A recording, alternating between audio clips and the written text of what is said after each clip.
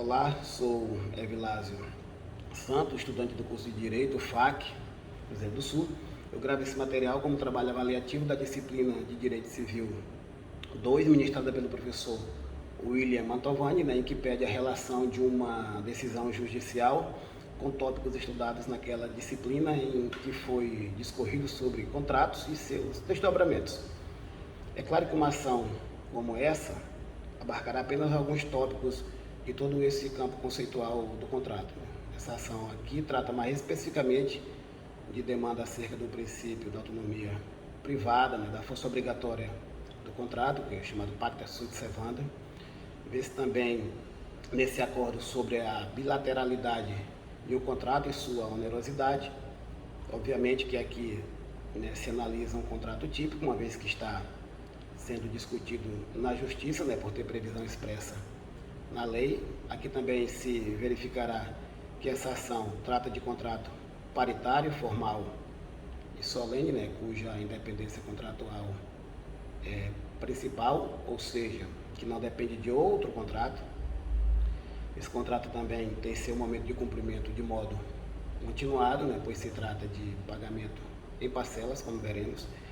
E ainda, quanto à sua definitividade, esse é um contrato definitivo e não preliminar. Veremos no decorrer dessa análise causal. Então aqui se analisará o acórdão de número 13974, tramitado na Câmara Civil de Rio Branco, cujo relator foi o desembargador Roberto Barros, com decisão proferida em 2013. Então o processo ele trata da apelação interposta por Valdomiro Luiz Soster e Maria Adelaide Soster, em face de sentença proferida pelo juízo de direito da 2ª Vara Civil da Comarca de Rio Branco, no julgamento da ação de consignação e pagamento contra Disseu Sanches Zamora. Houve a concretização de um negócio jurídico materializado por instrumento contratual, através do qual o casal Soster e Disseu Zamora ajustaram a compra e venda de uma fazenda com área de 2.039 hectares pela importância de 1.700.000, quantia composta por 400.000 referente à terra nua e 1.300.000 correspondente às benfeitorias edificadas, condição esta prevista na cláusula 3ª do referido contrato. Ocorre que, muito embora as partes de plano tenham estimado a área total, também ficou convencionado no contrato, mutuamente, e que o imóvel objeto daquele trato estaria sujeito à medição posterior para fim de atestar se suas dimensões, especialmente as áreas de pastagem, corresponderiam às que foram afirmadas pelos vendedores. E assim ficou estimulado ainda que a constatação de área menor após o processo de conferência das dimensões daquela terra estaria sujeita ao abatimento de preço na última parcela do pagamento, em princípio que seria de 700.000, a ser apurado de acordo com os seguintes valores: R$ 834,56 por hectare de área comum faltante e R$ 1.333,33 por área de pastagem faltante, que houvesse benfeitoria. Então, mesmo com aquela cláusula aqui claramente dando conta de desconto na última parcela, se a medição feita posterior detectasse tamanho inferior da propriedade, a controvérsia pretendida aqui nessa ação de apelação pairou na alegação de pagamento injusto, sob a afirmação de que o valor de pagamento da última parcela não refletia a realidade de mercado do imóvel, pedindo assim os apelantes a nulidade de cláusula em razão de vício no negócio jurídico.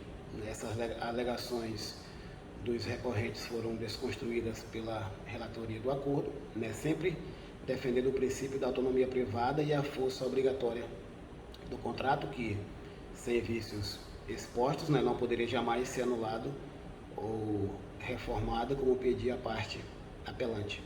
Então aqui percebe-se que aquele contrato, sob apelação, era bilateral e não unilateral. Bilateral no sentido de que as duas partes, consignante e consignados, assumiam obrigações, deveres, sucumbência.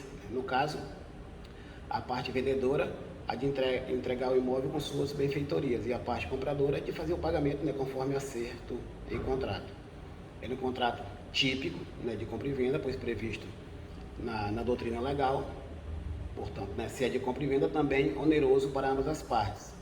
Né, existia ali uma contraprestação, né, que é a cessão do imóvel, para uma prestação predefinida, que seria o pagamento. Né, contudo, tal transação não configurava onerosidade excessiva, né, como pedia a parte apelante, principalmente porque a redução da parcela consignada não decorreu de um fator extraordinário e imprevisível para as partes, né, como reclama o artigo 478 do Código Civil, né, mas ao contrário, tinha razão de ser no próprio instrumento contratual pactuado de modo bilateral e definitivo entre as partes. Né. Já se verifica também que esse contrato era formal, né, que a lei exige uma forma para esse tipo contratual, e também solene, né, pois para sua concretude há um ato solene como escritura pública do imóvel, registro em cartório, né, do instrumento jurídico. Essas características e classificações do contrato já são percebidas de cara, outras veremos na sequência desta apresentação. Então voltemos aqui aos fatos do acordo. Ainda no teor do recurso, os apelantes, os consignados, desmereceram o princípio da força obrigatória do contrato, quando afirmaram que o juiz inicial desconsiderou o Código Civil de 2002, novo Código Civil, tendo levado em conta o velho princípio do antigo Código Civil, o princípio do pacta sunt servanda, né, deixando de levar em consideração que o contrato em questão feria os princípios da função social do contrato, da boa-fé, da eticidade, entre outros. O relator desse projeto de apelação, desse processo, aliás, de apelação, de outro modo, afirmou que as cláusulas contratuais foram construídas levando-se em conta os interesses de cada contratante, dentro do que estabelece e disciplina o princípio da autonomia privada.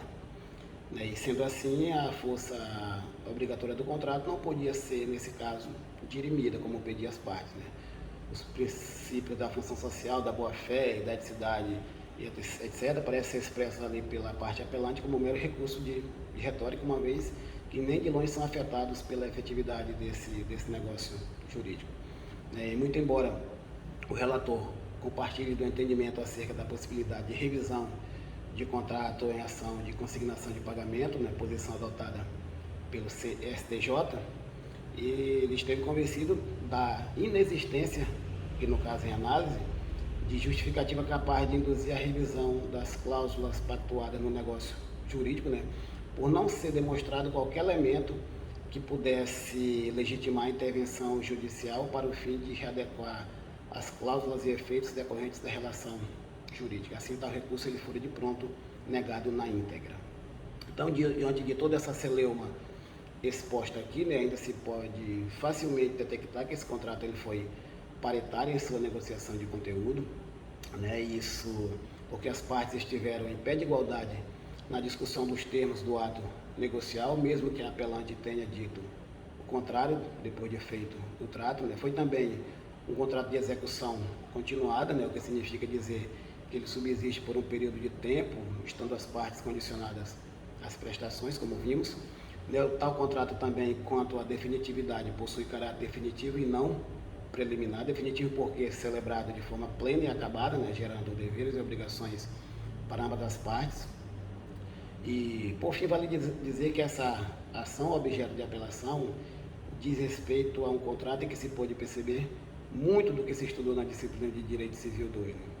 Por mais que tenha havido apelação de uma parte alegando vícios e pedindo a nulidade daquele contrato, pela relatoria apresentada se percebeu que, sim, aquele era um instrumento jurídico sem qualquer elemento ilegítimo, que merecesse intervenção judicial, como meio de readequação ou anulação.